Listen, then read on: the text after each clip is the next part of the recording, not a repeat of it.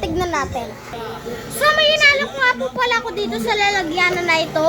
So, pagka mag-comment kayo neto sa mga number na iaalo ko, magbibigay ako ng 5 number. Meron ditong 69, meron ditong 1,000, meron ditong 11, meron ditong 20, at meron din ditong 28. Yun lang po yung sasabihin ko. Pero marami po ako na itong mga number. Pag napili nyo ito, bibigay ko na po sa inyo yung inaalo kong bracelet. So bukas dadalhin ko to sa school ko kasi malay natin nag-comment po yung mga kaklasik ko kaya. Tara, ay nahulog.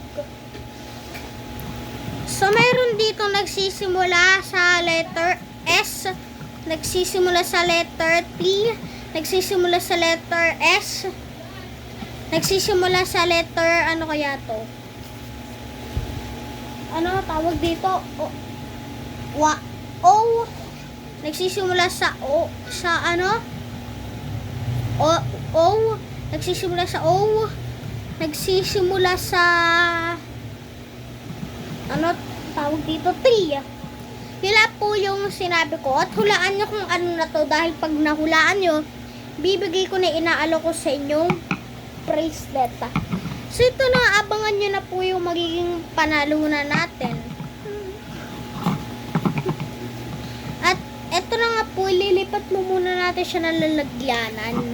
Napili kong ilagay dito kasi mas maganda siya dito ilagay at para na rin matago ko na mabuti. Comment pa kayo kung ano bang number na ano nyo, ano kayo, curious kung ano ba itsura no. Ipapakita ko sa inyo bago matapos itong vlog ko. So ito na nga po yung inaalo ko sa inyong bracelet, yan. Ayan o. And then, hindi ko po ito inaalo. Kung gusto ko lang po ipaalam sa inyo na mayroon na tayong squishy dumplings. Maliit lang po siya na squishy. Ayan o. Squishy! Ayan o. Oh. So, ito na nga. Ayan o. Nabili ko to sa halagang 15 pesos. So, ito na nga yung lalagyan niya. Siopaw siya. Pinili ko is white dahil diba nga po white yung kulay ng siopaw. Kaya white yung pinili ko. Amoyin ko nga. Baho! Amoy ewan. Parang amoy bangus na nilagyan na patis, na nilagyan na kamatis na tawag dito.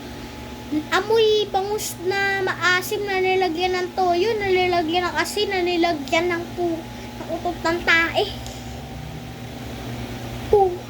Teka. Sa mga nagtataka dyan kung bakit ang arte ko, malamang huwag niyong pakailaman buhay ko. Ito na po yung squishy.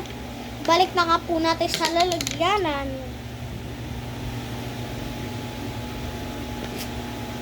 So, ito na nga yung inaalo ko sa inyong